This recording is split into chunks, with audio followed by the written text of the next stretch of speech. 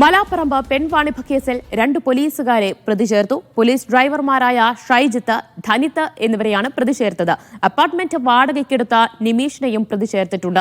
12 പേരെയാണ് ഇതുവരെ കേസിൽ പ്രതി ചേർത്തത്. ഷിത ജഗത് വിവരങ്ങൾ നൽകും. ഷിത, ഈ പോലീസ് ഉദ്യോഗസ്ഥർക്കെതിരെ ഏതൊക്കെ വകുപ്പുകൾ പ്രകാരമാണ് ഇപ്പോൾ കേസെടുത്തിട്ടുള്ളത്? എന്താണ് ഇവർക്ക് ഈ സംഭവവുമായി ബന്ധപ്പെട്ടുള്ള പങ്ക്?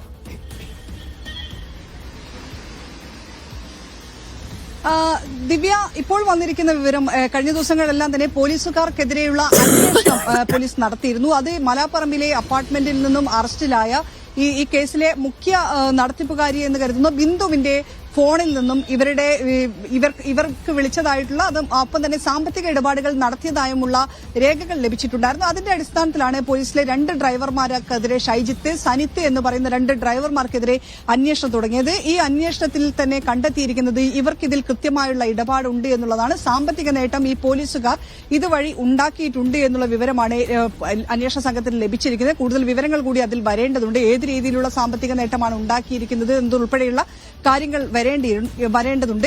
അതിനൊപ്പം തന്നെ മറ്റൊന്ന്, ഇതിൽ ഈ ഒരു നടത്തിപ്പുകാരനിൽ ഒരാൾ ഈ ഒരു ഡ്രൈവർ തന്നെയാണ് എന്നുള്ളൊരു സംശയം കൂടെ പോലീസ് പങ്കുവച്ചിരുന്നു. അതിന്റെ കൂടുതൽ വിശദാംശങ്ങൾ കൂടി അല്പസമയത്തിനകം ലഭിക്കും. എന്തായാലും ഇപ്പോൾ ഈ കേസിൽ 2 പോലീസുകാർ, അതായത് ഗുരുതരമായ ഒരു കേസായി ഇത് വീണ്ടും മാറുകയാണ്. നേരത്തെ മലാപ്പറമ്പ് സെക്സ് റാക്കറ്റ് കേസ് എന്ന് പറഞ്ഞ് ആ അപ്പാർട്ട്മെന്റിൽ നിന്ന് അന്ന് 9 പേരെയാണ് അറസ്റ്റ് ചെയ്തിരുന്നത്. അത് പലരെയും ഇവിടെ എത്തിക്കുകയും പെൺവാണിഭം നടത്തുകയും ചെയ്തിരുന്നു എന്നുള്ളതാണ് കണ്ടെത്തിയിരുന്നത്. അതിന്റെ അടിസ്ഥാനത്തിലാണ് 9 പേരെ അറസ്റ്റ് ചെയ്തത്. പിന്നീട് ഇവരെ ജാമ്യത്തിൽ വിട്ടു.